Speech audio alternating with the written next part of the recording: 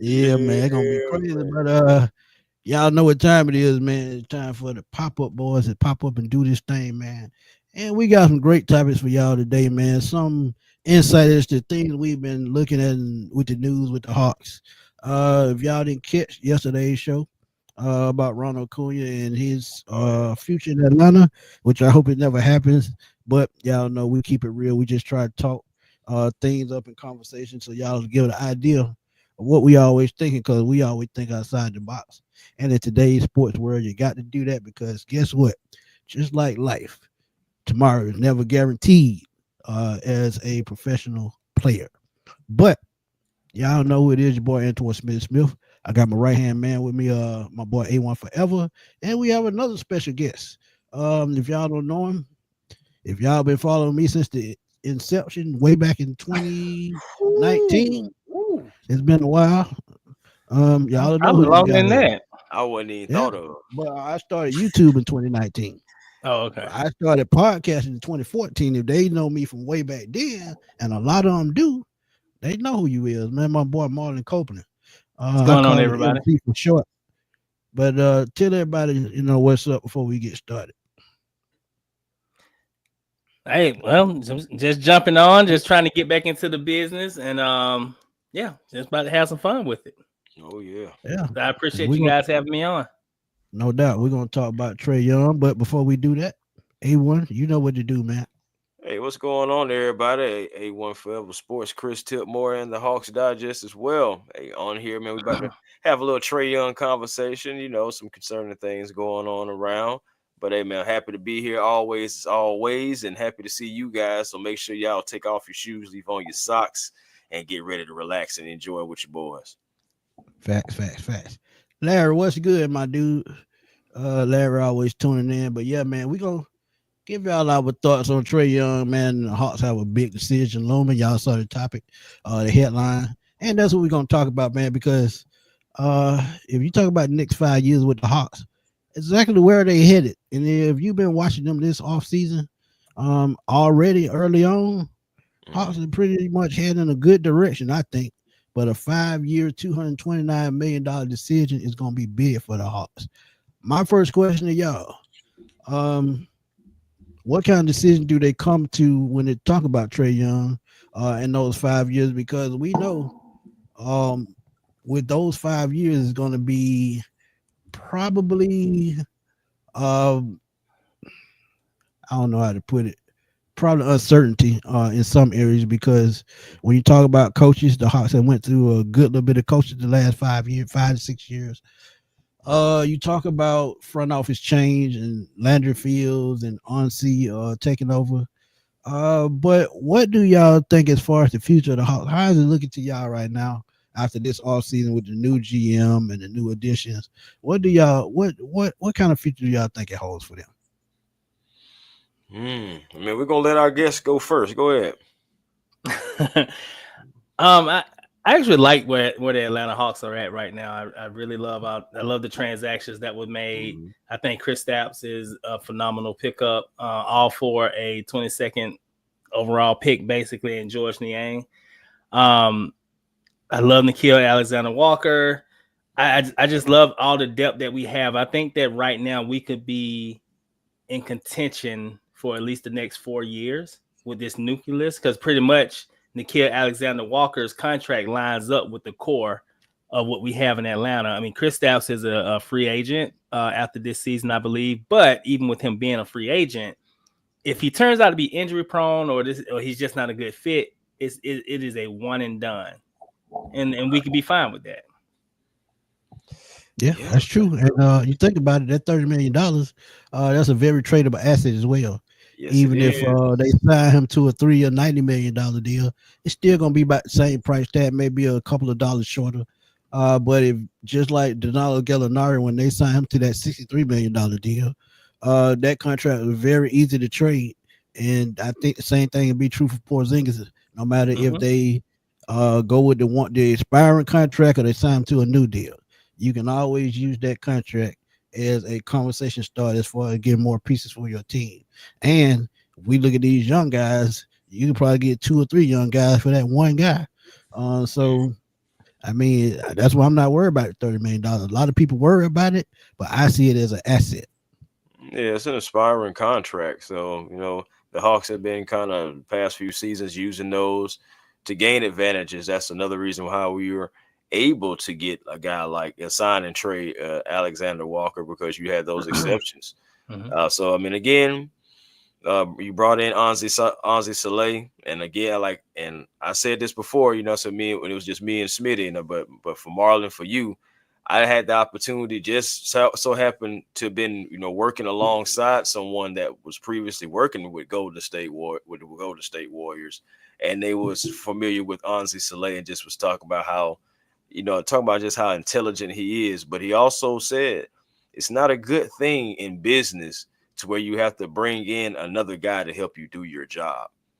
Facts. So, and that's pretty much what happened. And now you see a year later, well, it wasn't even a full year, I don't believe. It might have been, but Anzi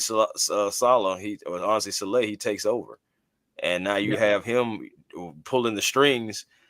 And the way that he's willing and dealing now, it really begs the question on, how long have you been willing and dealing, Anzi? Like, did you come in the door already saying, hey, boom, this over there, put this over here. We need to take this down because I don't like how it looks over there. Were you already coming in the door doing these type of things? Because Landry, where's your office? I'm moving in. Right, type thing. It's just because the Dyson Daniels for the DeJounte Murray trade, period. So getting that and getting all those assets back that we did, players, even though it was some players we didn't use, we still was gaining like assets and everything. We still got the draft picks. We got Dyson Daniels, also Larry Nance, who was also a utility guy, but he was definitely, I feel like, a influence on from a veteran's perspective, and also just being able to know how to play the game.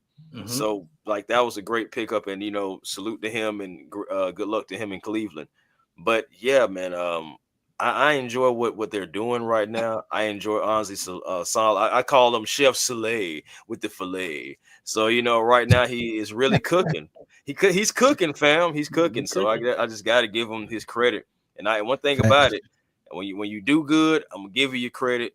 When you don't, I gotta get you. It's just it's just at the end of the day, there's just no favoritism. It just is what it is. And right now, Anzi, like I said, if he keeps on going, he's going to be Atlanta's most favorite GM. If we're just talking about GM stance, so just like he's agreed. Moving. Matthew, I got a quick question, man. Where the hell is Malta at? I mean, I don't know. I don't know. I wasn't never good over at isn't that in the? I don't want. Is that the Philippines? Me for being ignorant. I think the Middle East. I don't know. That's why I asked. I hope you enjoying your time over there, man. But Matt, go ahead and let everybody know where you at, man. Please, sir, and thank you. Hey, but we all know. I apologize. Man, it's in Europe. Hey, man, we had people watching out. We have people. My boy M Dub, he all the way over there in Germany, and he's watching the show. Right. So we have people watching from all over the world. So we definitely appreciate it. I'm telling you, like you really could be doing. And Marlon tell you, Marlon been knowing me since I was 6. He know math is my forte. All the rest of that stuff is okay. Yeah. Outside of math, okay. Outside of math, but yeah, Trae Young. Let's talk about math with him. Let's get into with that $229 million deal. And hey, we got a surprise that we're gonna talk about. We talked about it before. We just didn't go in depth with it about another addition that we would look at. But y'all might hate it, but we love it because we talked about it already. But $229 million.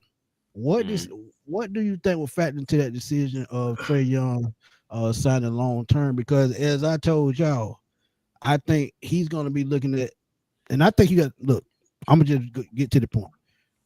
They've got to do it right now. And the reason why I say that, if you commit to him right now to 5 years, $229 million right now, I think that is the best move, because if you give him a chance and he's not signed on a new deal and something goes wrong during the season, he might say, hey, I got to back out of this. Y'all might have to go in another direction. So, And this is the reason why I said that I know they're going to sign him. Every time they brought in a draft pick or a signing, they made a deal. Who's the first person to pick up the phone? I mean, it's Trae. I mean, but that's if you are a key, integral piece of the team, you expect for them to do that. You know, I would. You know, and I think he is he's the model of what you would want your star player to be. Mm-hmm. Yeah, and but they're building a team around him, and that's a good thing because For the first time, actually. Yeah, and as you said, you looked at his numbers, 25 and 10. He's averaging that for his career. So he's a total point guard, but he took that to the next level last year with his numbers as far as assists because he learned to dish the ball a little better, find who he need to find, passing lanes. He worked on all of that. So Right. when you look at how he's grown as an individual player, I think he's at the point now where, hey, I know what to do. I know how to be a leader. I know how to drive this person. I know how to drive that person. And if you look at the roster that they have right now, it fits perfect. So why not go ahead and make that commitment to him and say, hey, we trust you. We know you can lead us, and we're gonna get it done sooner rather than later. Because guess what? If they let it linger too long, that might give him time to pause, and some may happen in the NBA where he said, well, I can go to that team right there and make them a little bit better because they have a couple more pieces than where I'm at right now. So you just don't give him that benefit of the doubt. Yeah, I'm gonna say the same thing that I said about with Ronnie. If you plan on keeping Trae Young, you don't allow him to get to free agency. You know, you just don't do it. You go ahead and I'm agreeing with you guys. You lock him up, and I'm not. I will really want to know if he's already been offered something because the whole thing with the Jordan memes and the time tickings and all the stuff like the cryptic tweets that we see is like, does it mean something? Does it not mean something? But he did become eligible for that extension, I believe, 2 days ago. So yeah, because July 6th was the day when everything becomes finalized. So yeah, he's eligible for it. So it's just like, all right, did they try to dial something back and say, hey, we're trying to save some money down the road, maybe take a little less money? Was that where that Jordan meme comes from? Or is it just, or is it nothing? We don't know. But but at the same time, from the timetable of when it's happening, because it's happening around when it's time to talk money. So that's why it's just like, all right, man, this is a cryptic tweet, like something. But that's what I'm feeling like. Possibly he may have got offered something that was a little lower, and it's like, nah, not that though. But I don't know. Some Hawks fans feel like that Trae doesn't even deserve to be paid. And my question is always like, okay, you're going to replace Trae with who? That's never a question that they can answer. Then I also ask you, okay, so when are you going to pay somebody? When are you going to try to keep somebody worth a darn in Atlanta for long term? Because we have a history of letting our guys go, our superstars go. The Atlanta Hawks have not had that many superstars in their history. No. I say like the last one you really can name that was homegrown was Dominique. And we traded him. And we traded him for Danny Manning, who didn't even stay. That's another thing. So you basically let him walk. You basically let him walk, and you didn't even get anything in return. Like Steve Holman, the voice of the Atlanta Hawks, told us in an interview, probably one of the worst, if not the worst, day in Hawks history when we traded Dominique. So I'm just like, when are we going to get to the point to where we're going to start like keeping guys who are worth something in our cities instead of letting teams in markets like LA, like New York, so all those different, like Miami, all these different franchises taking our players, like Boston, taking our players that we've had or we drafted, and then they go make something with themselves. I just feel like if you're going to keep Trae Young, now is the time to try to keep him and, help influence what may happen with other guys. I have a question for you guys, though. I know we're still talking about Trae, but this does kind of tie in with him. Dyson Daniels is also eligible for an extension as well right now. Yeah. Could the Hawks be thinking about how they could possibly extend both right now? Could they make Dyson wait? Should you make Dyson wait, because his contract will be coming up in about a season or two as well? I think him and Trae is I think they're on the same timeline. It should be. I think both are entering into a player option. I can give me a second. Keep talking. But yeah. If they're in the same rim timetable, then yeah, they could be working on a deal for both of these guys, and it makes sense. But you got to lock up your superstar first, and if you coming to a point where you're going to have a problem with Dyson Daniels, you throw some to the wall and see if it'll stick. Well, and what I mean by that, you give him a number, let him talk it over with his agent. If they don't agree with it, you up it a little bit until you get to the point to where they can come to an agreement. And as you've seen with Dyson Daniels, defensively, what he brings to the Hawks is something that they haven't had in a long time. Well, a defender that can lock down somebody. Go ahead. Facts. Point of attack defender, somebody that came in and said what he was going to do and did it. Said he was going to be first team all defense. Did that. Should have been defensive player of the year, but whatever on that. But still came in, had a significant jump from averaging 6 points to jumping up to 14 points. All his numbers went up, and this guy was an absolute benefit for the Atlanta Hawks. You know, since it really feels like we just robbed the bank when we got from the Pelicans when it comes to him, because he's so young, so much room to grow. Says he's going to come back and win the most improved player again because he's going to get better offensively now. And honestly, I'm looking at his timetable. We have him on a club option this coming season because, of course, he's 22.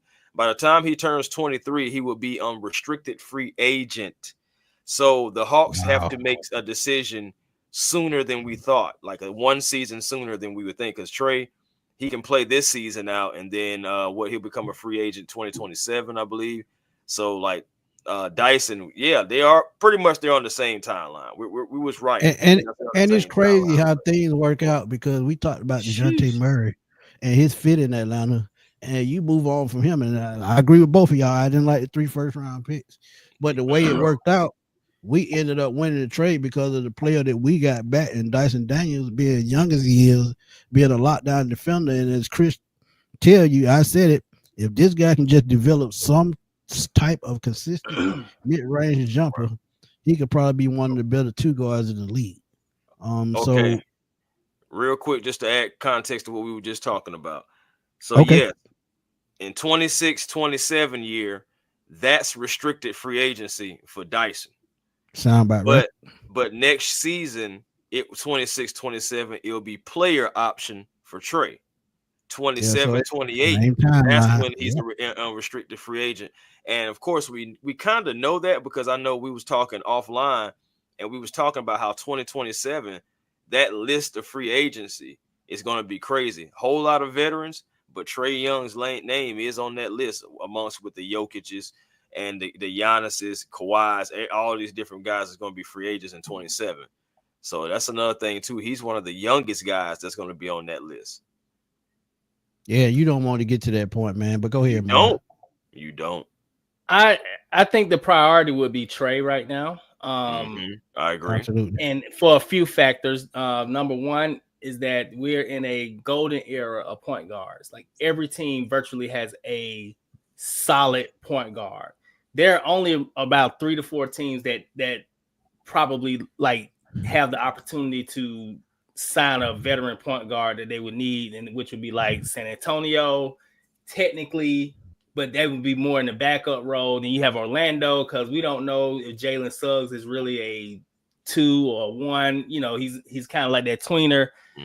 Conley's like 40 years old, you know. And then you have Toronto that could possibly want a point guard. Other than that, like everybody else has like a solid to all-star caliber point guard. So you want to lock Trae up, and you're pretty much you're conforming the team around Trae. When it comes to Dyson Daniels, I would pause a moment. And the reason why I say that is because I think that he leads offensively. There's still opportunity there. I want to see what he can bring to the table.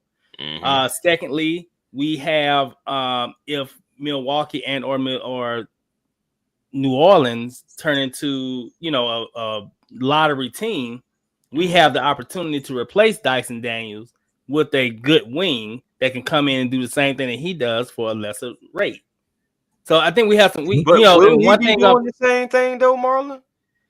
Would he be? I mean, they can come in and play sound defense if depending on who we draft. That it's one thing about Soleil said optionality. Yeah, he did. And optionality just pretty much mean having as many options as you can, that you can have out there on the court or in your organization.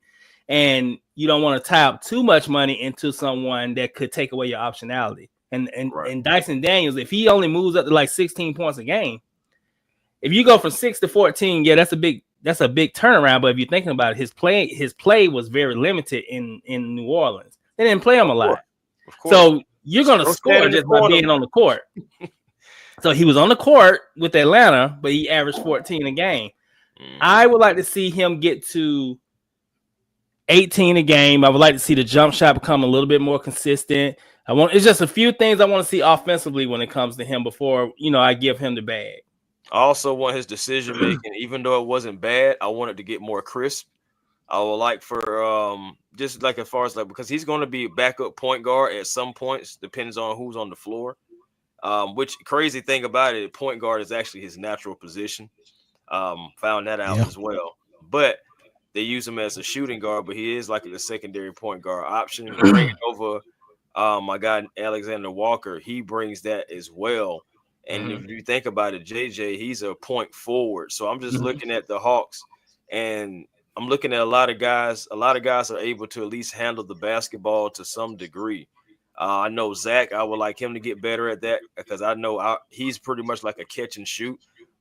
We had a game to where I forgot who he was against, but he had like that 36 point game. He only dribbled like 3 or 4 times that game. The rest of it was like kind of catch and shoot. So I would like to see, some improvement. If it was, but I would like to see more improvement just in the dribbling and the ball handling from Zach, because I believe that's going to take him to another part of his game and elevate him, because he'll be able to pick spots, take angles. He already has like the ability in the frame. So and especially, so with him being able to, with him saying that Kevin Durant is his favorite player, I expect him to be watching film and getting into the motions to try to be able to score like a Kevin Durant. He won't be Kevin Durant. There's only one Kevin Durant.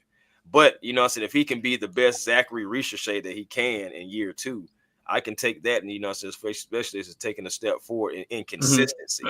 If he can get like a consistent 15, 16 a game, I think that is a good improvement if that's a consistency. I got to ask you a question, man. Before you go, Marlon, why is it the perfect time to trade Dyson? Because he's on the. I can tell you why he's saying that. Because you're trying to bank on what he just did, and you're going to try to maximize on the opportunity. He's a restricted free agent in 26, 27.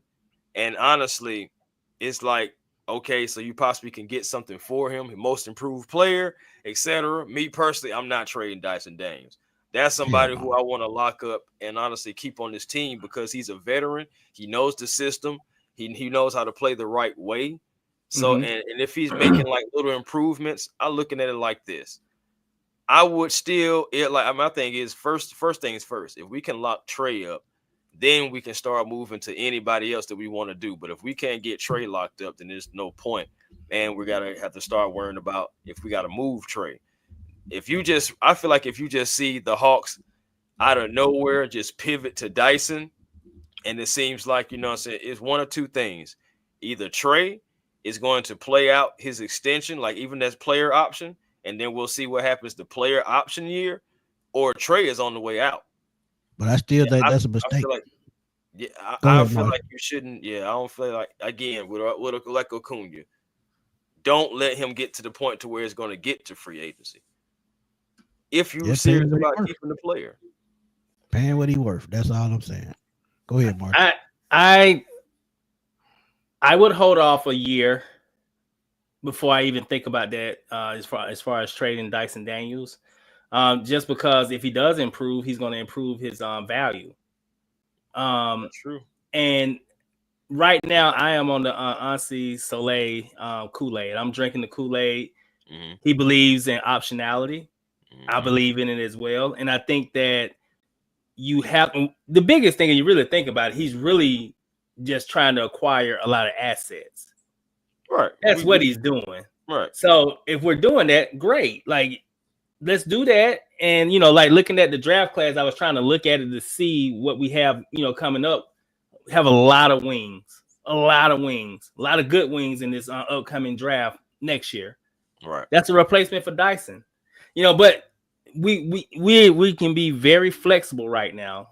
We can run big. We can have Trae. We can have Dyson at the point, Risacher, move Jalen to the 3, and Okongwu, and like we have a lot of options. But then we also have options to trade to make some adjustments for our organization. I just love what we have going on right now. I won't trade them as of yet. Answer me this, either one of y'all, both of y'all. Why does Jalen Johnson at the 3 scare me so bad? Even though I know he can dominate, like just with his size, athletic ability, I know that's all there. The upside, of course, is through all of our roofs. So it's just like, but why does him at the 3 make me so nervous? I would never want to play him at the 3 unless we run a big lineup. That's the only reason I would do that, because I think if he plays at the 3, he's going to lose the edge that he has. Because that's the thing. Him as a 4, he can do so much more than the other 4s can do. And he can kind of have them on their heels, you know. He's kind of like, you know, when you're younger and you used to play Madden and you take a defensive end and make him a defensive tackle. If they're 91 as a defensive end, you move them to tackle, they're 78. That's kind of like the thing with him. Right. Yeah. And also, I hate to say it, but Josh is right. You know, so he's not the best shooter. I think that's one thing about somebody being at the 3. You have to be able to have a consistent shot. And I do feel like Zaccharie Risacher's shot is more consistent than JJ. If we're just talking about just shooting, if we're just nothing else, just shooting, yeah. Fair point. Know, so, but yes, with JJ at the 4, he's already a mismatch against most other 4s. And him being at the 3, he would be a mismatch for most 3s. But he doesn't have like a dribble drive pull up. Like, for example, he doesn't have. He's more of a transitional player. Right. That's what I'm saying.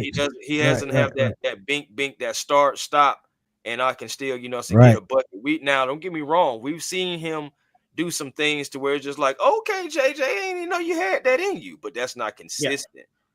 You know what I'm saying? So he would have to get consistent with a jumper. I also think he had to get downhill and be able to stop, pop, you know what I'm saying, pull up with good form and be able to get like a knockdown shot like that in the mid-range game for me to be able to be like, okay, JJ, play the 3, you know? And, of course, back to the basket game, too. I think him going back to the basket would definitely benefit JJ with his size and athletic ability. His jumping ability, he can give somebody a bump and then go right up. And he's already like in the vicinity of the rim and can probably just drop it in there just because he can jump so high. Like I said, the athletic ability. It just depends on if he wants to add that to his game, because I think he can. I think he has the frame for it. He just adds the muscle, because I know right now with the shoulder tear, you can't work out with weights immediately. You got to kind of get that band work. So I know once he starts lifting weights again, he'll get some more of that size that he once had. Because I know a lot of people say, "Oh, JJ's super skinny now," but you can't work. Bro, my shoulder, I can't. No, but it just like so. But when he is able to do that, I believe that, you know, JJ, if he wanted to add that back to the basket game to it, I think he'll take his game a long way. I think he'll be more versatile, and I think by the time it's time to pay JJ again, we're looking at something more than $30 million if he stays healthy. If he pans out, yeah. If he stays healthy. And again, if they could do a sign and trade at that point. So never know. Which is why I'm so happy. I would be happy if they traded him for Giannis. Hey, man. Winning does cure everything, and that's what we're looking to do. But can we continue to win this offseason? So far, we've won the offseason. You know, Rockets, okay, you know what I'm saying? Salute to you. You was a playoff team last year. the team that basically did the best was the Atlanta Hawks, though, because they improved from a play-in team to possibly top 4 or beyond. All depends on health, fit, scheme, Coach Schneider, so it's just all that. Right. One thing I want to bring up about the Rockets. Yes, RJ. That thing, you remember, y'all remember when Clint Capella shot the 3 earlier this last season, when it was like at the end of the shot clock and he had to put it up? It looked like it hurt, right? That's how JJ, when he shoots a 3, it doesn't matter if it goes in or not. He looks like it hurts. And I promise you, man, I love Jalen Johnson, okay? I'm not ragging on Jalen Johnson. Jalen Johnson is my guy. I believe that, he can help take us somewhere for real. I'm just saying on how it looks to me. I'm not, because I know how people be, man. Oh, you just don't do. No. Yeah, it's like a little hitchy something there. Yeah, it's like I said, it looks like it hurts, and it just like, But I believe it got to get smooth. Yeah, it's just a little more smooth, a little more fluidity, and I just feel like he'll be all right. But Josh made a excellent comment here. He says he thinks that Risacher is the long-term shooting guard and not Dyson. That's interesting. I mean, I think that he definitely has a lot of room to grow, and he's growing in the right direction, because the second half Risacher turned. He would have been rookie of the year if he started out like that, and it would not have been a competition. Mm-hmm. He turned into a young Peter Stojakovic the second half. He's bad man. No, for real, Zach Zach is the only rookie last year that had 30-point games. Yeah, I like Stephen Castle, but he's not Risacher, nowhere near. It's so much upside that Risacher could be with his size and his athletic ability. I think something that people don't talk about much and enough is how fluent I feel. Now, you guys let me know if I'm wrong, but I feel Zach, his rookie year, he was really fluent with finishing with both of his hands, like he left or right. Yeah. It seemed like it didn't matter if he spin left, he can go left, he spin right, and it can almost look like it would be somewhat out of control sometimes, depending on the play, but he'll still put it down. And I feel like him being able to finish around the rim. Yeah, that's what I'm saying. 4 in his rookie year. Yes, JJ only has 1. And I remember that game because I believe I was either watching it, I was there. Either way it go, I remember it because I was like, JJ, you going off tonight? You know what I'm saying? I just remember that. But yes, JJ only has 1. Zach had 4 in his rookie year. And think about this. In his rookie year, and he wasn't even the number 1 or number 2 option when we were correct. Right. Yeah. I personally think that Zaccharie Risacher is the second most important Atlanta Hawk. I agree with that. I agree with that because I remember you said if there's one guy, if I'm correct me if I'm wrong, there's one guy that you wouldn't want to trade for Giannis is Risacher. You would want to keep Risacher. If you can get rid of possibly JJ and maybe Double O, you would do that deal though. I would. And y'all made a great point in the conversation we had earlier today about OKC, and this is the way that the NBA is going to start building teams through the draft. Both of y'all said y'all think the big 3 era is kapoosh, and I agree. Because if you look at what OKC did, they went and made that move early for SGA, and I know a boy the Clippers kicking themselves in the ass for trading him. But tisk. With Trae Young and Risacher, the spirit of Donald Sterling, they're going to be the main 2 going forward until they find that third piece, and I think that's going to be in the draft as well. Could that be a determining factor too as far as the future with Dyson Daniels going to find that key third piece through the draft? Since y'all said we building through the draft, that's what the NBA is going to turn into.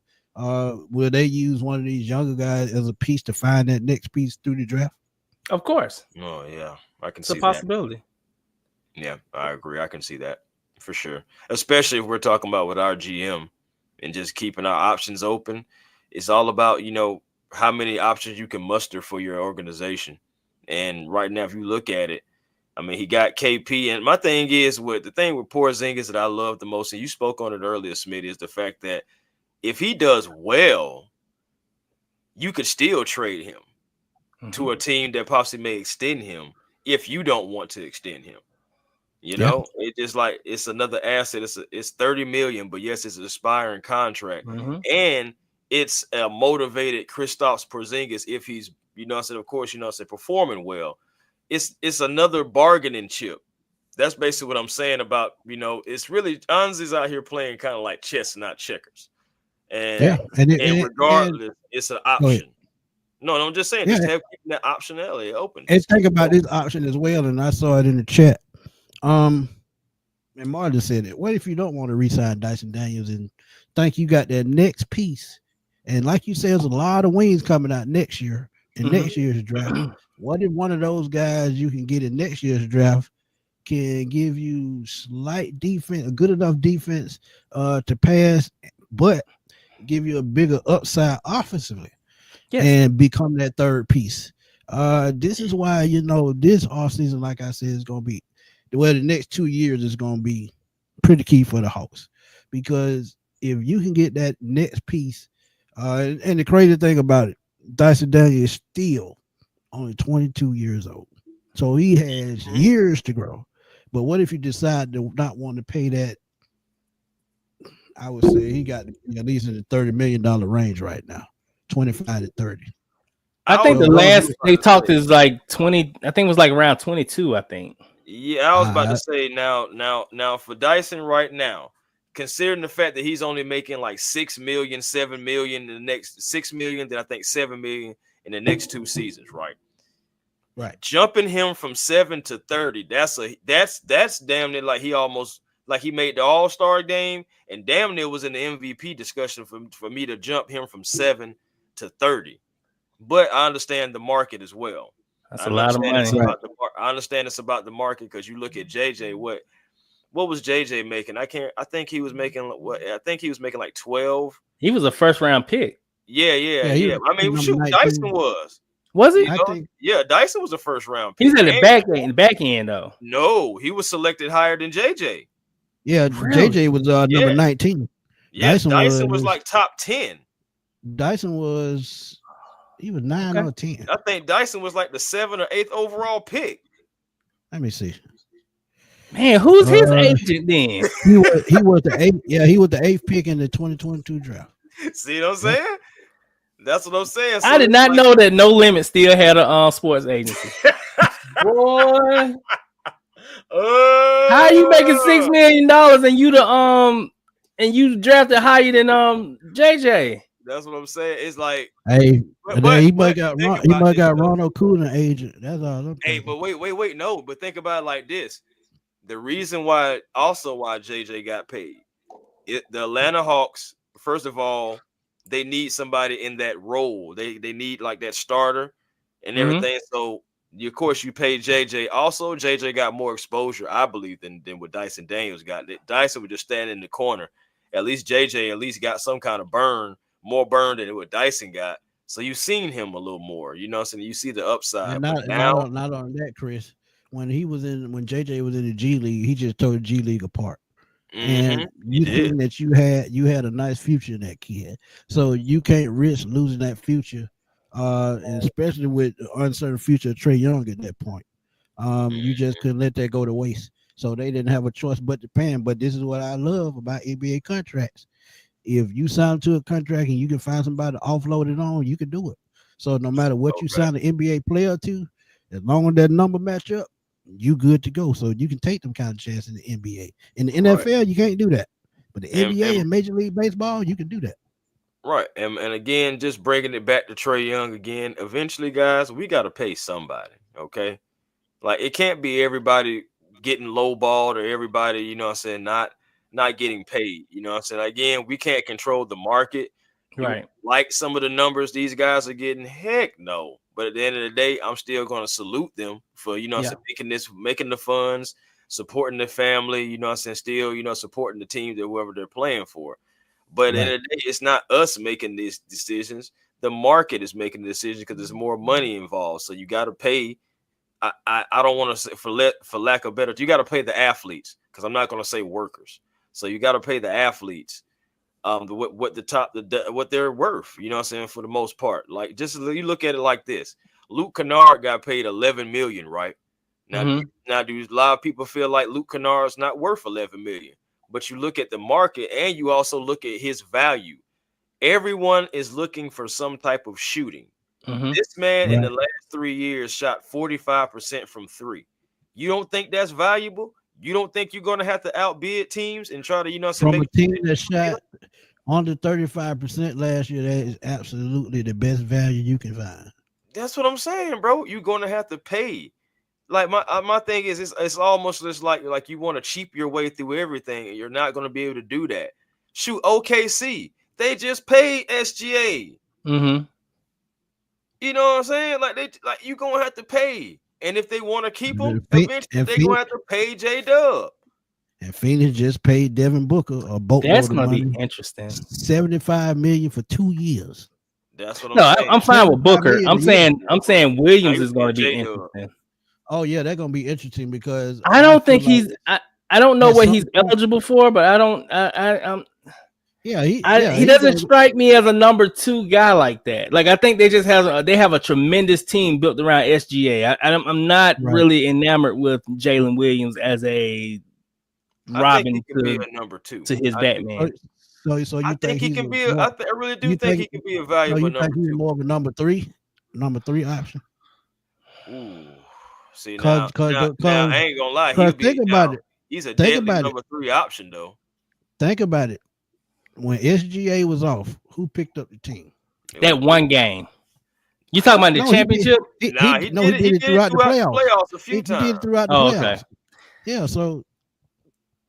But I would not want to pay him. My number 1. Like, I wouldn't make him my number 1 player. No, not right now. I feel like because SGA can take 2 or 3 guys sometimes with him, it's gonna leave guys open and available for opportunities, and he's maximizing on it. I feel like that's probably why. I actually think he's going to wind up being the 3rd option on that team. I think Chet will continue to grow and become the better player of the 2. He can stay healthy. Chet definitely number 2. Definitely. Yeah, because you're going to have to start running some things through him.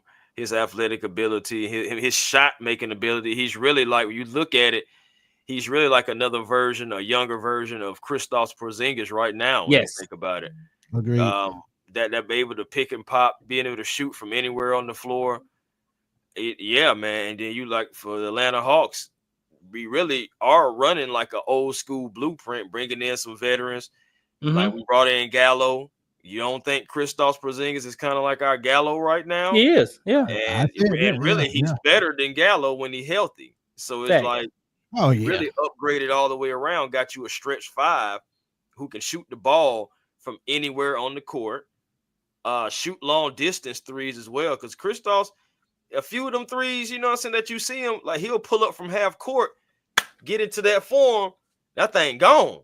You know what I'm saying? And then like so he has range and everything, man. And you have another element. I can just see. I'm not saying it's gonna be games to where you just see the Hawks are gonna be on fire from 3. I'm telling you, watch. You're gonna see Trae with the logo. You're gonna see Kristaps coming there and say, "Hey, I can do that." You know what I'm saying? I'm telling you, it's gonna be 7'3". He can do what the hell he want to do. He's 7'3". I think that every game. I'm just saying. Go ahead, Marlon. My bad. Where it's gonna be like that? Yeah, go ahead, Marlon. Yeah, that's true. I think I would pay Trae now, because I would not want to get into his player option year, and if he makes all NBA, you got to pay him even more and all that type of stuff. But the thing about Trae Young, and I know he gets ridiculed nationally, but I want people to think about something.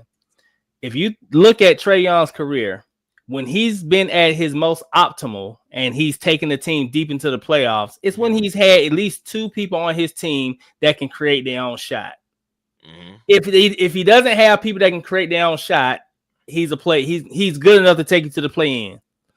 When he had Gallo and like Bogey, those are 2 people that can create their own shot. Lou Will. Like you look at these play-in teams, name me the people on those teams that can create their own shot. He needs at least 2 other people Karis on his LeVert. team to create shots. That was really it. Karis LeVert. When you looked at who was on our team last year, as far as like who can create their own shot, shoot, man, Karis LeVert. Trae and Karis. You know, Trae and Vert. that was it. But now you have a different element, man. Now you have other guys who, when Trae should average about 15 assists. Like if everybody is knocking down, I think it'll be around 13. Yeah, I give him 13. That ain't up in the chat. He'll stay where he's at. He'll average anywhere between 9 to 12. I just think that what should improve is his efficiency. He said, "What up, guys? Yeah, Marlon, don't sleep Rudy on Jalen." Gobert. Oh my God! Chet, you said Rudy Chet Gobert. is not the number 2 right now. Chet reminds me slightly more. I think he got Rudy Gobert beat because I think his jumper is much better than Rudy Gobert. Oh wow, yeah, that's a stretch on that one. Now I do agree he's not the number 2 right now because I think he's had some injury issues and he's he's still trying to grow. He's like a season behind, but I just say over time he will be the number 2 because he's going to be able to pick and roll, pick and pop. He's going to bring more options to the table than Jalen will. But that's now. I mean, that's in the future. But right now, Jalen is the number 2. Yeah. I think he got another 3 years with OKC at least before he goes out because he's still young. I wouldn't make him they can't keep everybody. There's another 2. No, I know that. Yeah, so yeah. Oh yeah, eventually that team. That's why I like it. Right, and that's why like also. You look at them and they've won a championship already now with this young nucleus. When it's time to really get into the starting to have to pay people, at least you guys have already won a championship. Yep. And can kind of like build off of that pedigree because eventually, you just paid Shea. Eventually here comes J-Dub. Eventually here comes Chet. Here comes Hartenstein. You know, so I'm trying to see if you're gonna resign him. He's not coming back. They already drafted his replacement. They did. Yeah. Yeah, that's a given. That's a given. Crazy. They did. But I like drafted that kid. I said, man, I like Hartenstein. He going though. Oh yeah, he going. But y'all talk about old school basketball. We talk about Trae Young playing the point. Mm-hmm. We talked about a guy that we think can come in and help the Hawks, both defensively and what they're trying to preach with defense. Mm-hmm. And a lot of people don't like this guy. I don't like this guy. But we're going to give y'all a reason why we think it makes sense because we had a full conversation about this and how he fit. And that person is none other than Mr. Ben Simmons. And I know y'all going to say, but man, he can't shoot. He can't score. He's scared to shoot a layup. I don't even do that. Yeah, but what he brings to this team is versatility. And that is the key to the entire setup right now. The player that they drafted, the free agent that they brought in, versatility is key. What does Ben Simmons do well? Ben Simmons is a big man that can bring the ball up the court. He can play point. He can play the 3. He can play the 4. And he can play the 5 and small ball. Yep. So what he brings is versatility. So one of y'all was breaking it down. One of y'all was breaking it down to a T. I don't know which one it was. But if you know what I'm talking about, take the floor. I mean, only thing I was saying about it is you're not going to use him in this scheme to be a shooter. You honestly would use him as a ball handler. You're using him as another defender. I believe honestly you can be able to do switches to where you have him having his back to the basket against smaller guards and being able to use him that way. With his ability to still have that point guard ability, even if they do collapse, he can still kick it out to the shooter, who probably be like Luke Kennard, who probably be Nall, Risacher, Dyson, whomever it is, Porzingis, and no matter who else it is, he still has that point guard ability. He's still 6'10", and having him, Dyson, and Nall on the floor at the same time. Yep. Now you would be a little bit limited offensively, I understand, unless the other 2 guys that I said before being, some better. But the crazy thing is, you talk about scoring. he could play on the floor the same time as Trae Young. He could be a Yeah, 3 I mean, or a you 4 could. or a 5 at the same time. You But could. when you put a defensive unit on the floor, like you said with Dyson, with Nall and with Ben Simmons, that's a pretty good lineup if you're trying to play catch up ball.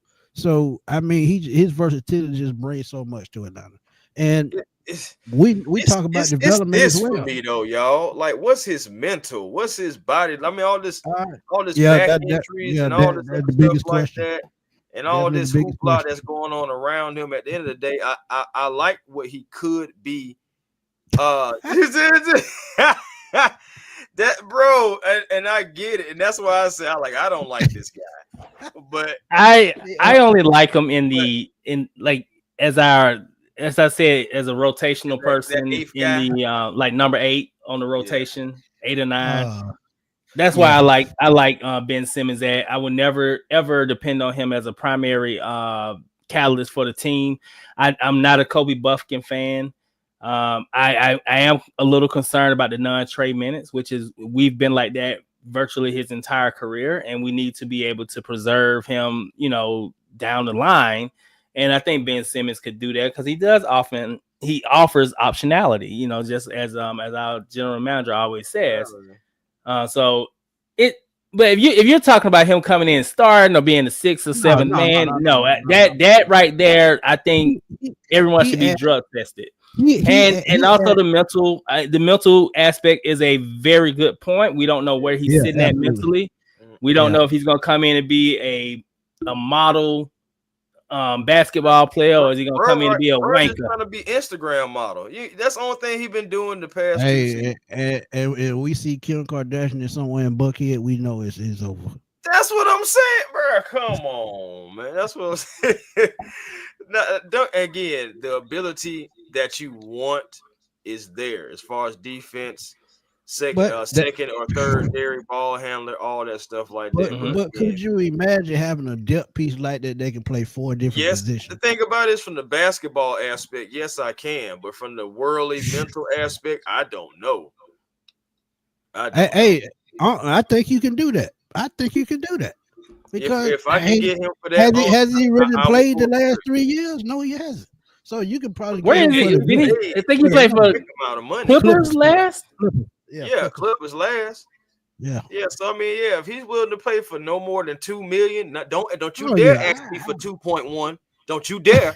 If you want to play for $2 million or something like that, then okay, then maybe we can talk about it. Yeah, Unc, I like that. Hey man, I'm trying to tell you, I'm not paying Ben anything. That's exactly where my head at. Just a rotational guy.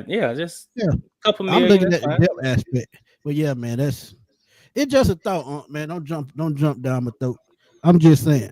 I mean, and we have to think about. I mean, Kobe Buffkin is going into year 3.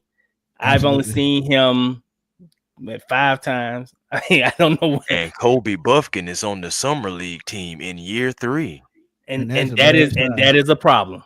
That is a problem.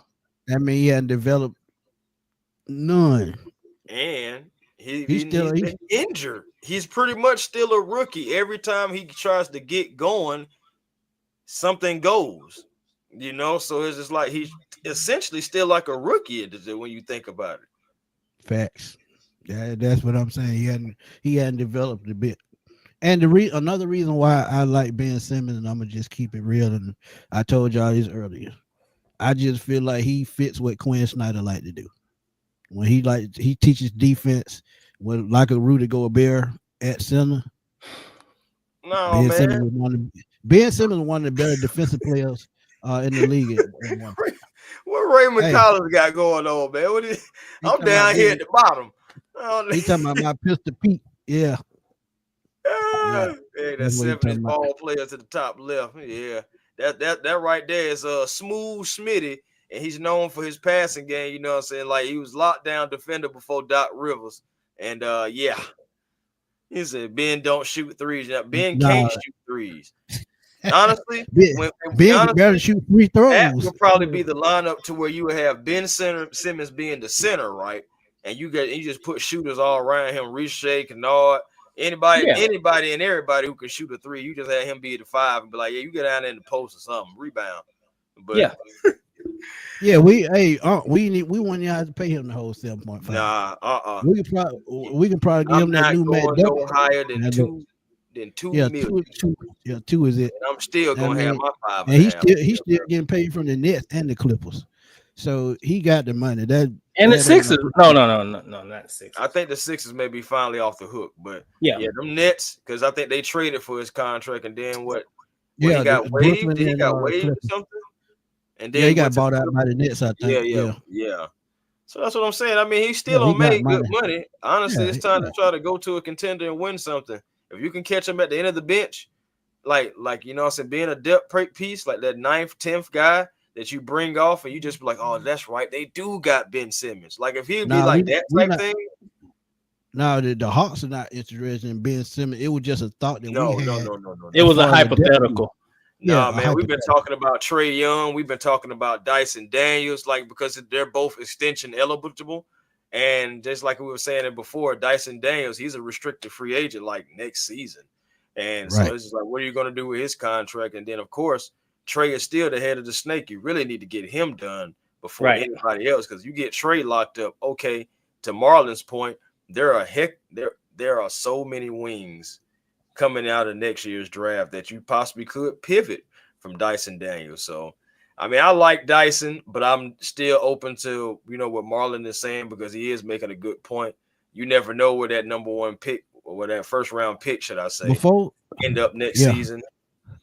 Before we get out of here, it was a couple veterans got traded the other day in a 3-way trade. Mm-hmm. Kevin Love was one of those guys. What do y'all think Kevin Love ends up? Because I know he's going to get bought out. Well, I've heard a little bit about him possibly coming here and becoming our new Larry Nance. Really? I can see that. I can see that. Kevin Love in Atlanta. I mean, we need a third big. You know, I think so. Like, y'all don't think Moji is the third big? Say it again. Y'all don't think that Moji may be used as a third big? It seems like he may be. It seems like he might be going back to College Park. I don't know. I mean, he's not on the summer league roster, so I mean that is that's a good sign. I like him. I do like him though. And I know right now, I did see before we I seen on Twitter before we started that he was in drills and he was dribbling, trying to dribble. They had him dribbling with one hand. You can tell that he's still working on it, because the ball did try to get away from him a couple of times, but he picked it right back up, so it didn't get far. It just was like, boom, let me get back into the flow and everything. So he's working on it. They got him working. So I believe that they believe in Moji. Like, even if he's not going to be a 5, I like him a lot. And even if he's not going to be a consistent 5, I believe he could be like a utility 5, depending on the lineups, and he's definitely going to be playing some 4. I know that he's probably going to be the immediate backup behind JJ. So yeah, that's what I'm saying. Like, maybe Moji, and then you got to think about this too. I think they like Jacob Toppin too. Yes, I think they possibly like him. Yeah, I definitely see him getting that. He getting one of them 2-way deals. He definitely gonna get that at least. So what is Atlanta's starting lineup? We talked about this about a week ago. So I'm looking at Trae at the point, Dyson at Risacher at the 3, JJ went healthy at the 4, and it's a toss up at the 5. But I got to say on Yucca at the end of the day, because like we said, you got to preserve Porzingis as much as you can, because you're gonna need him more in the postseason than the regular season. So you got to think about double O, unless you bring in another big that you can spring bring in another big in the hill there. But y'all think double O. Yeah, I would love. You got to. I mean, like Marlon said, Kevin Love. My lineup is similar, and I think that they're gonna let double O start, because Kevin Love, Walmart greeter, and possibly. He would definitely greet them well. This was he would be one of those guys you would sprinkle in here there with his veteran. Y'all remember now, Marlon? We talked about this right there. We talked about this back in the day when Kurt Thomas was still in the NBA, and he was one of those guys that you would just bring in. If you need a guy to fill in here and there, we need one of those type guys at the 5. So we can get one of those type guys, and I agree. Kevin Love could be one of those guys. That's the type of backup you need. Just a guy you can bring in here and there. Kevin Love about what, 36, 37? Somewhere. He definitely is mid-30s. He's up there. Yeah, so I could. Yeah, that's exactly why I would bring in Kevin Love. But Walmart greeter 36. Yeah, man. I know he was up there. I preferably don't want Kevin Love, but I mean, I saw that on I think on Twitter or something. I saw that out there. I wouldn't want him here, but I mean, I'm good on that. It's as crazy as it may sound. I take Chris Paul first. I'm good. I would not be opposed to that. I'm really concerned about the non-Trae minutes.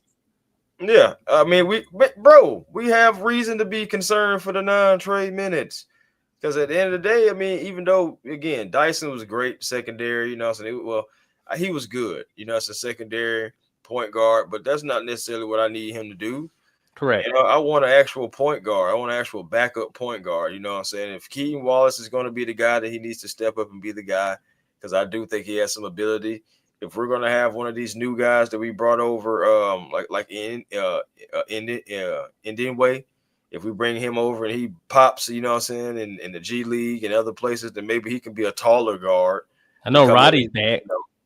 No, we waived him. We waived him? Yeah, we waived him. So, but that's what I'm saying, man. You traded Plowden, so you have that two-way spot open. You have that one slot open. I think Plowden got released too, though, didn't he? Yes. Yeah. The Suns waived him. So that's another they could look at. Yeah, I mean, I like Plowden, man. I think he has some upside, but we'll see what happens with that. I mean, he's a shooter. I didn't know he was as old as he was. Yeah. When I found out how old he was, I was like, ooh. Yeah, he got some age on him. That's the thing. That's the only thing. But but he still can hoop, though. I think he has some. I mean, you seen what he did against the Bulls. I love for him that he got that opportunity to do that and showcase that. And so just take advantage of every opportunity. Hopefully, he gets picked up again somewhere and is able to play and continue his career. One more name, and I just want y'all's opinion. Y'all in the chat, y'all can throw it in there as well. Andre Drummond, we know what he brings: defense, rebounding. Mm-hmm. Would you be opposed to them signing him to a 1-year deal? We don't need him. Yeah. He's a traditional big. Honestly, if I could, I would have got Daniel Gafford before he got extended. Yeah. But I feel like he would have been better. He would have been better fit, better motor, better everything. Honestly, all around game. But Drummond is a bit too gray hairish for me right about now. I mean, optionality for what we're trying to do. And honestly, Dre can't shoot no three. He can't space the floor at all. No, you look at our lineup, we're looking for floor spacers, and that's not a floor spacer at all. Yeah, I'll take Horford. I would agree with that. Because Horford is a floor spacer. Drummond is in the paint and he ain't going nowhere. He's gonna be sitting there like a traffic jam on 400. But at the end, totally fair. For real. But you got Horford.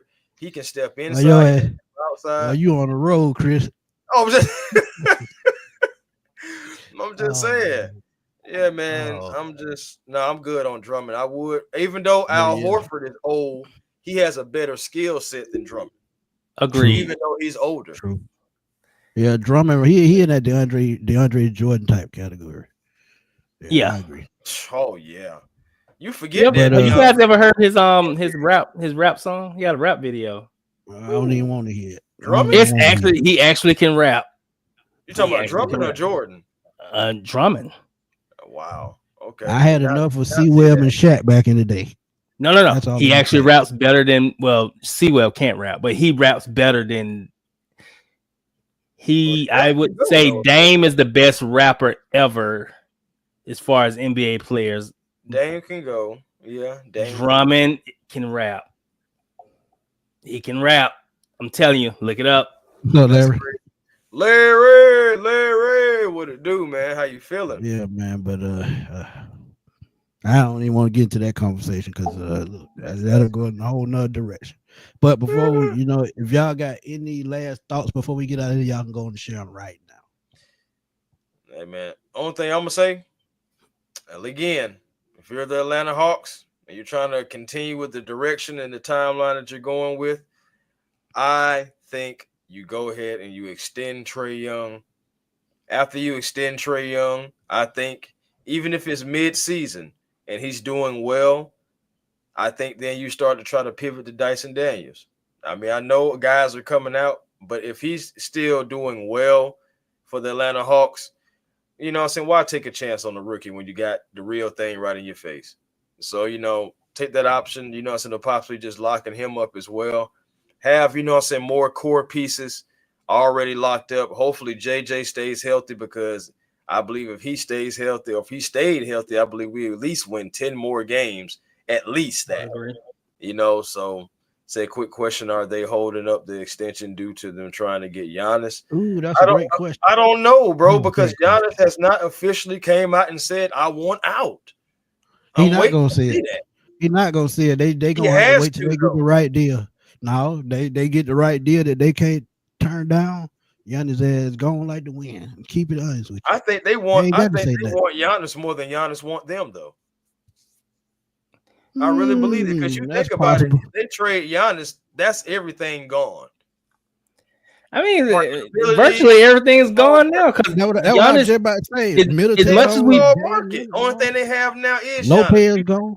As much as we talk about Trae having deficiencies, for Giannis to be a key player on a championship team, the team has to be built around him, just like how Trae has to have a team built around him. And right now, they don't have that. I mean, I understand that Turner can step out and shoot threes and things like that, which is really good. And I think him and Giannis paired together defensively would be like a nightmare in the front court for slashing players. But it's like, hey, I mean, he has to move on. He got to get out of there. Because right now, I don't like to do the media thing when they say, I mean, I know we all are part of the media, but like when we focus on the legacy, like what tier are you? I mean, the man won a championship as the primary catalyst for a championship team.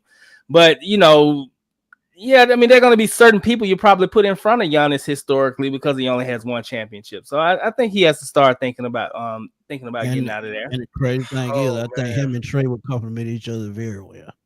Agreed. Trae has never had that big man that he can just rely on.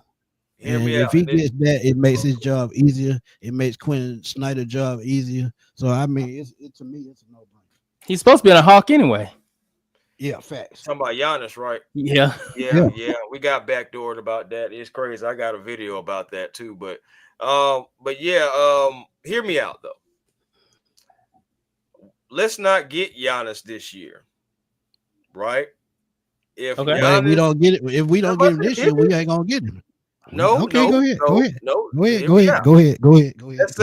Let's say we don't get Giannis this year, right? Mm-hmm. 2027, Giannis is a free agent. Okay. I don't think he's going to sign any more extensions with Milwaukee. Why not see what this season holds for the Atlanta Hawks, for the Milwaukee Bucks, right? Mm-hmm. If Giannis decides that he wants out even more next year after probably having a dismal season, probably not even making it to let's say like they don't even make it to the playoffs. And Giannis is like, all right, I tried it out, guys. For real, I want out. Next season, as far as salary cap and everything, would be better for the Hawks. Why not trade for him next season and then just extend him because he's a free agent in 27 anyway? Larry just made my point. The Hawks not going to win a bidding war. And on top of that, I think that the assets that we would need to acquire Giannis would scare me. JJ gets hurt every year, and he would be the primary piece of this trade. Exactly. Right. But my thing is, if JJ does stay healthy, but still doesn't live up, let's say JJ stays healthy, right? Mm-hmm. But let's say JJ takes a step back, hypothetically. Which is possible. You know what I'm saying? Let's say JJ was averaging 19 and 10 before he went down. Let's say JJ comes back and now he's 14 and 8. You know, I mean, and that's being the second option. I ain't talking about we burying him in the depth chart as the third or fourth or fifth. I'm talking about him being number 2. But here's why you can play with that. You can say he's trying to get back into the field, like, you know, like how you got to get your game back. But if he's injured, he's just injured, you know, because he tore his labrum. You tear your labrum, you got to get it back. So you can use that, and then maybe Milwaukee will say, "Oh, okay, he still has a potential, so we can work with him now." Health is the key with him. Health is the key, and that's what I'm saying. Like, I feel like that's another option. Talking about optionality, I feel like that's another option that could be looming that we don't even know about. We could be seeing what JJ could possibly be. Can he stay healthy? Can he produce and all that stuff like that? And then you possibly could go after Giannis next year. Now I understand. Now I want to comment to Larry about the bidding war.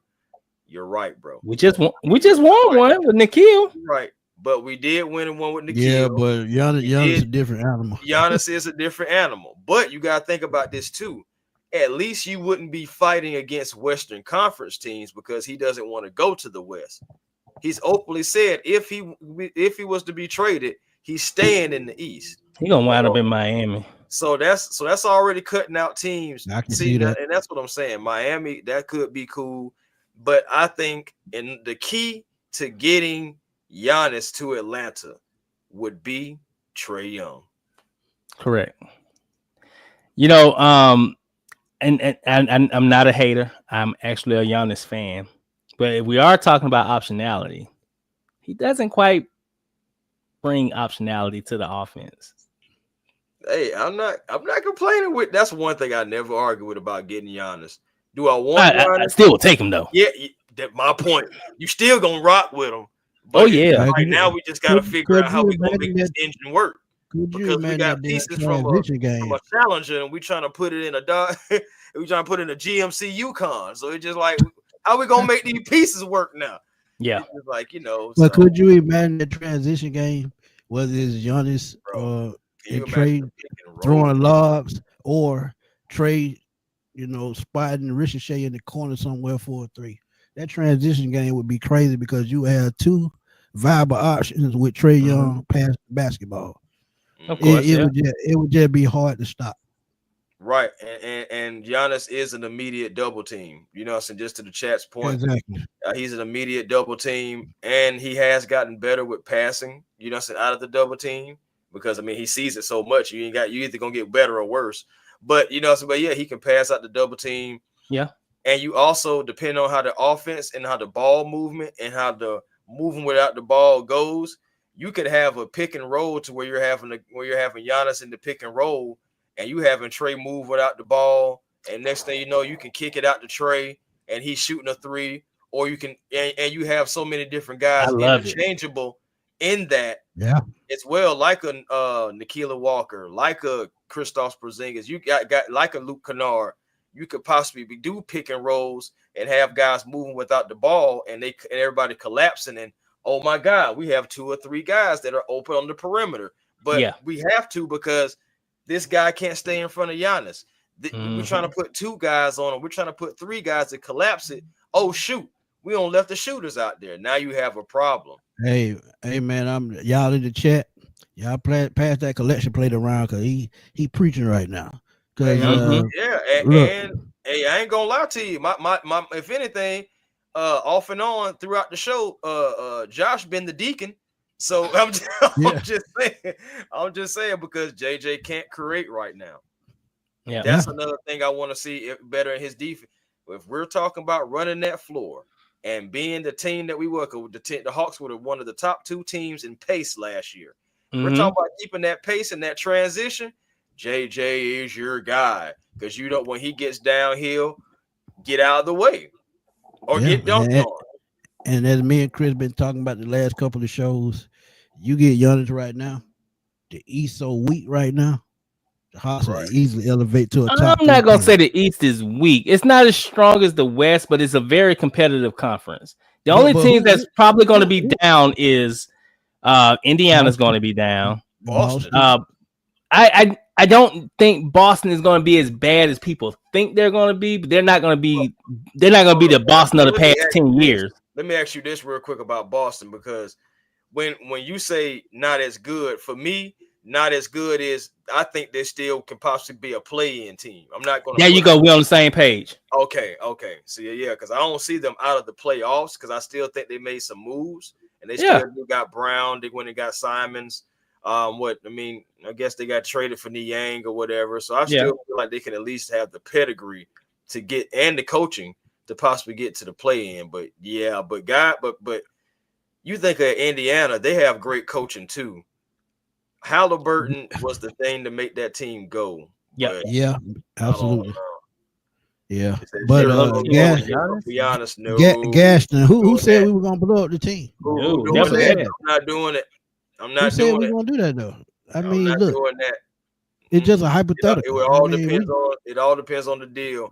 It always depends on the deal for me, because I'm not giving away certain assets just for Giannis, who I know he's proven. I know he's a former MVP, former champion. We can go down the line on all the accolades for Giannis Antetokounmpo, but at the same time, if it means giving up 2-3 players, extra picks, etc., that's stupid. Now, if he was 5, maybe 6 years younger, sure, have everything. Except for Trae. The thing about it is, you still got to have a bench depth, and because injuries play a part. You trade away all your assets and only have Giannis, and then don't have no back. That's what he's dealing with in Milwaukee right now. Right. He don't have no bench. You know what I'm saying? Like, when he going against better teams and everything, like, he doesn't have a lot of support help. So it's just like he's already. They had a lot of inflated contracts too. I mean, they had older guys, and those guys had those contracts. We have a lot of young guys that are not on big contracts. So if I was to give, if Giannis was 25 years old, oh man, and you said you want Daniels, JJ, and Okongwu, and maybe one first round pick for a 25-year-old Giannis or a 24-year-old Giannis, I would definitely do that trade, no problem. Let me ask you this. Can you really trust JJ? Can you really trust JJ with the injury history? Hey, let me ask you this though. That's a Joe Dumars trade right there. Did you see that? Would you? Let me ask you this. Okay, so let's say keep JJ, right? Let me ask him this: would he trade Kobe Buffkin and Zaccharie Risacher if we could just keep JJ, move him down to the 3, and bring in Giannis? Would you do that? I just want to know. I just want to know. You said earlier you don't trust JJ at 3. I mean, that would scare you. I just want to know what he thinks. I just want to know. Would I do that? I want to know Gaston's opinion, or Warren. I don't know if he put his last name first or what. But but either way, G-Dub, I want you to know. I want to know. Would you trade Kobe and Zach? Because it's not going to be just Kobe Buffkin, okay? Kobe Buffkin don't make enough, and Kobe Buffkin ain't good enough for Giannis alone. I don't even think he's the second best Kobe to ever play in the NBA. Wow. No, he's not. Not right now. Because I had to think about, we got Kobe Bryant. I was thinking, who's the Kobe after that? And I was like, what, Kobe White? No, Kobe Buffkin's not better than Kobe White right now. So it just like, I mean, the upside is there, but if we're talking about what's on film, money-wise, JJ works. That $30 million, that ties into the what, $56 million what Giannis make. So that's the only way it's gonna work. And Okongwu was 16. Okongwu was 16 million. Right. You got 16 million for Okongwu. You got 30 million for JJ. The JJ has to move because of the money. Yeah, that's just how the NBA works. The salary has to match. Salary has to be within 15% of each other, right? Something like that. Yep, 15%. Yeah, Dixon way crazy. He said, "Bro, I'll take Kobe Johnson over Kobe Buffkin right now."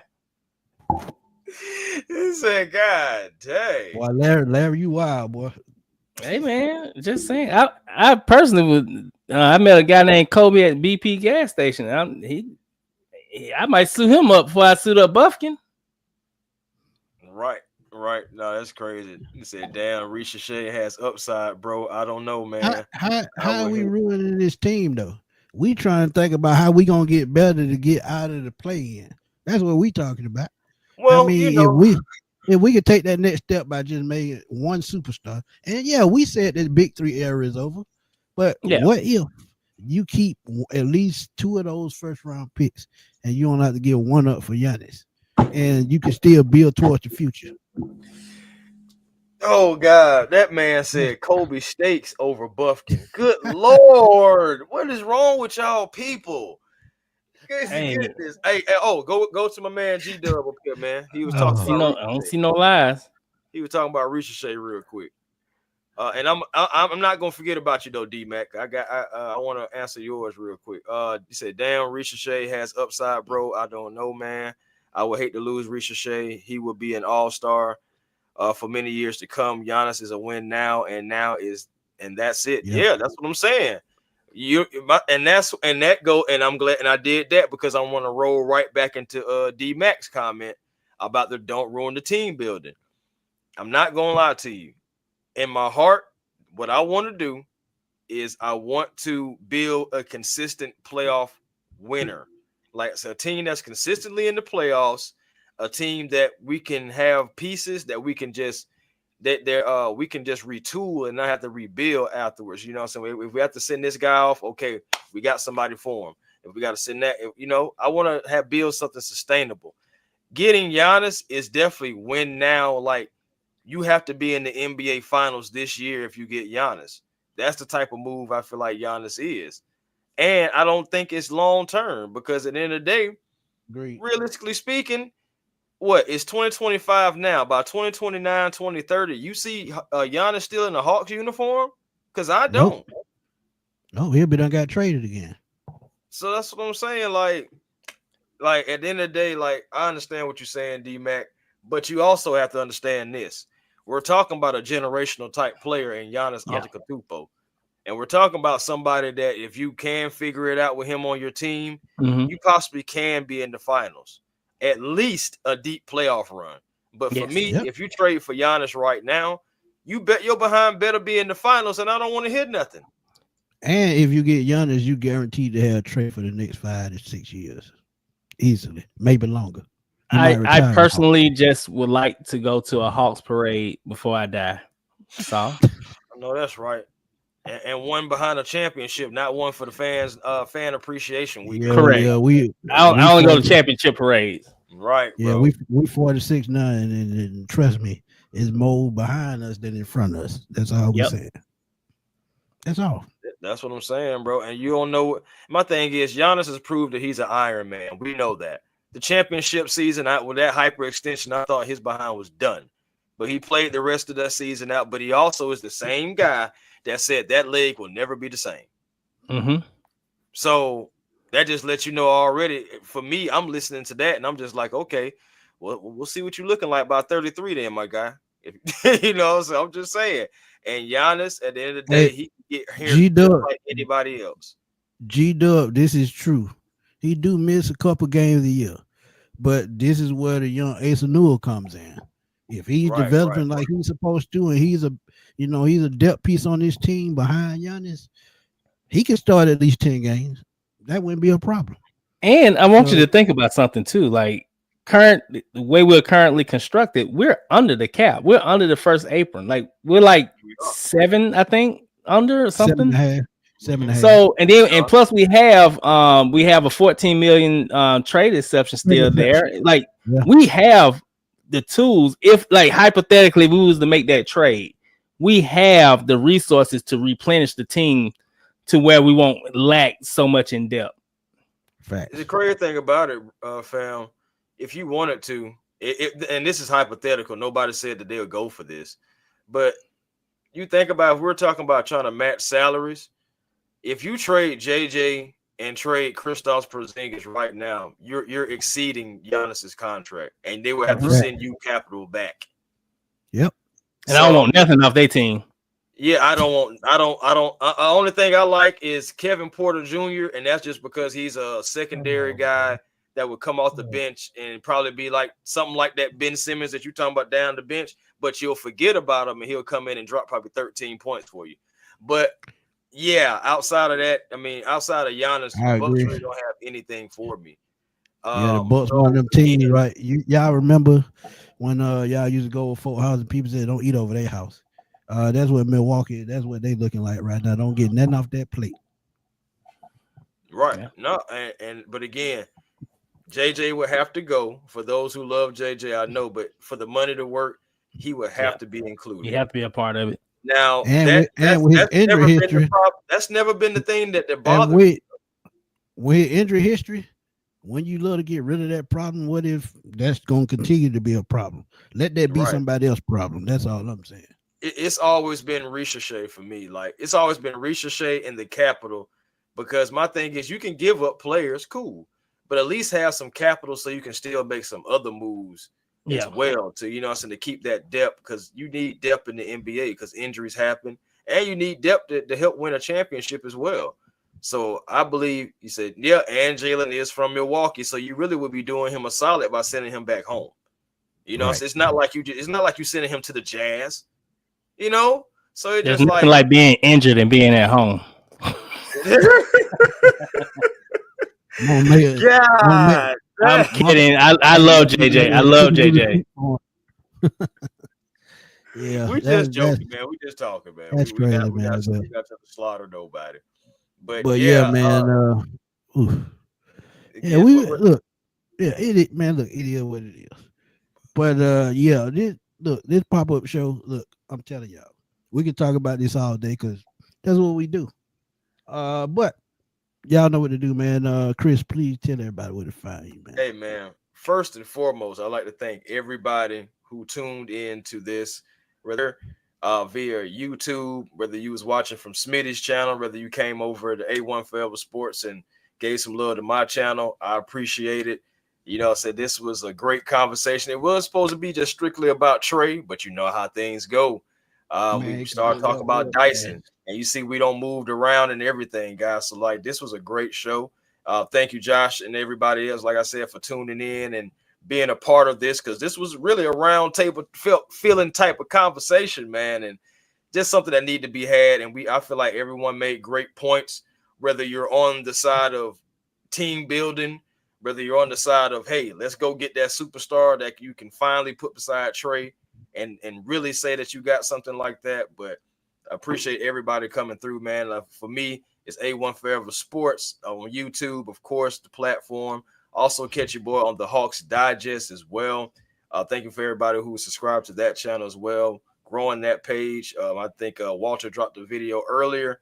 So y'all go check out. And I believe he was talking about something similar like this as well. So please make sure to check that out. Also, catch me on Twitter, A1 Forever, Instagram, A1 Forever, and the real A1 Forever on TikTok. Again, great conversation, guys.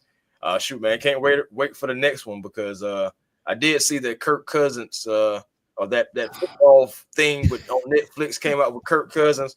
So I plan on trying to watch that. Hey, I don't know. You may need to keep that notification bell ringing, because I already watched it too. Hey, man, they already know me. When I look at it, he finna get roasted like some potatoes on a Sunday.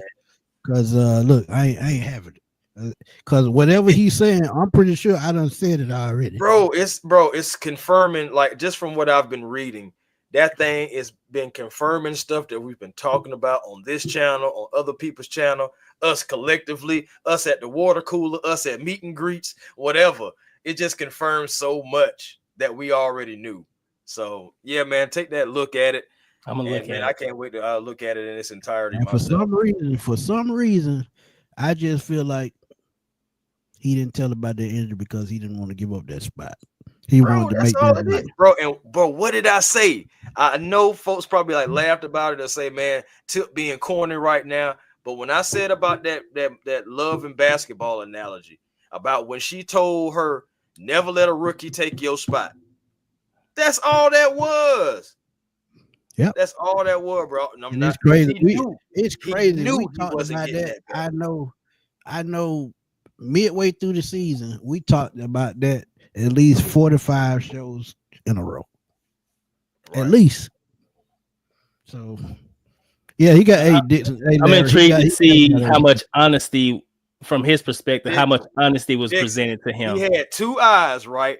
But he didn't have one mouth, because. But we signed him before we signed him before the draft. Yeah, I know. And then, but what Dixon Way talking about, when he got injured and he was talking about his shoulder, but he kept on playing and everything. And he's saying Raheem should have been like, bro, Raheem, you got two eyes. Sit him down. Hey, But even Chris, though Raheem got how many two times eyes, did I say that? I How think many times it did I say wasn't that? one mouth. It wasn't How one many mouth. times did I It's say that? collectively. If we in our living room looking at that on the TV and your ass standing right down the field 20 yards away from him and you can't see it, but you do know that politics can play into that as well. Like sometimes it can be coming from the front office. Front office could be saying don't pull them because if you it's a my point, bro. Marlon, that's my point. He didn't have one mouth. It was collective. Yeah. If it was Arthur just Blank wrote that check. Oh yeah. Right. Yeah. Blank don't wrote the check, so let's try to maximize on the investment as much as we possibly can. Yeah, and they keep them out there. Terry Fontenot who made the moves, who did the willing and dealing. So yes, hold on. Let's get this out here and see, and then we gotta think about it too.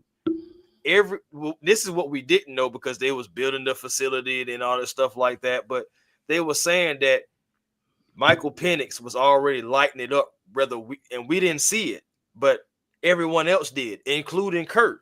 That man ain't no way I'm finna let this young pup come in here and take my job because he got the ability to. He said about the Drew Brees thing, whether he's a threat or not. You knew he was a threat, absolute threat. The only thing that surprised me as far as them still signing Kirk Cousins was they went up to Washington. They did a private workout in Washington right before the draft. And when Arthur Blank signed off, said, I want Michael Penix, y'all make a way to go get him. That should have been their sign right there. Hey, man, Kirk Cousins shouldn't even be in the conversation. But he had already signed a contract. But I get it, though. We signed you to basically a 2-year deal. Right. To learn behind you. I had no problem with that. Yeah, but if Kirk had a problem with it, what you knew what that's a possibility of that. But like I said, that's what I said. I think Kirk hurt his shoulder in Magic City. Nah, I don't think Kirk Cousins did that. I don't even think Kirk Cousins stepped foot in Magic City. I'm telling you, man, it was that New Orleans Saints game when Cam Jordan came out the edge and hit him. When they lost that game, Chris would tell you, and anybody in the chat that followed me would tell you that game was the downfall. Because I said before that game, if they lose that game, that's one of them games that can ruin your mindset. He hurt himself in Magic City. He had a lot on his shoulders. I bet he had let me shut up. I'm married. Let me shut up. Oh Lord. That's what I'm saying, man. I don't know, man. Kurt's a pretty family-oriented guy. He goes to great clip. That conversation almost went left real quick. Yeah, like I don't see him in Magic City. I'm sorry, I don't. But hey, man, at the end of the day, again, like I said, man, I'm glad to have this conversation with you guys. We're definitely probably going to get into that next. I'm pretty sure, like I said, I'm going to go watch it. Yeah, I'm definitely going to watch it. Y'all know where to catch me, man. Smitty Sports Machine on YouTube tonight. We're gonna be on live again, man. Look, tell you anything pop up, we just gonna have it. But we're gonna have Fox 5 Sports anchor Miles Garrett on the show tonight at 7 p.m. So y'all make sure y'all tune in. Because we gonna have a good time, man. Cause when Miles stops through, y'all know he gonna give y'all the truth. We're gonna talk Hawks, Falcons, and Braves. So y'all come into the chat, man. Please come into the chat tonight. Drop those questions. If we see a good one, we might throw it up on the screen.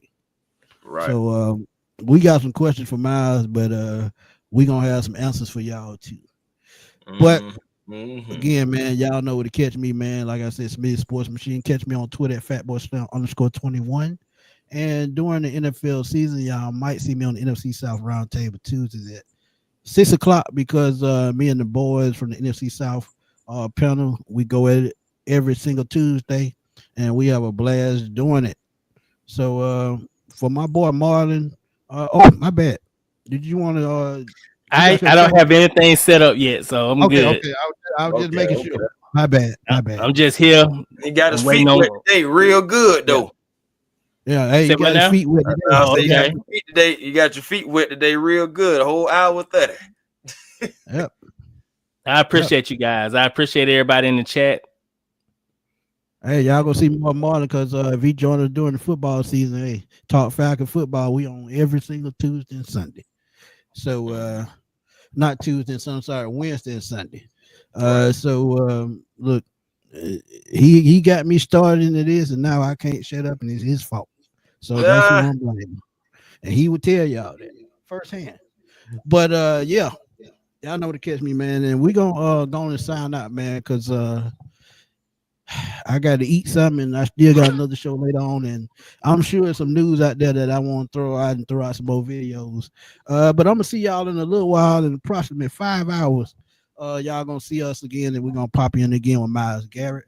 But for Chris and Marlon, we're gonna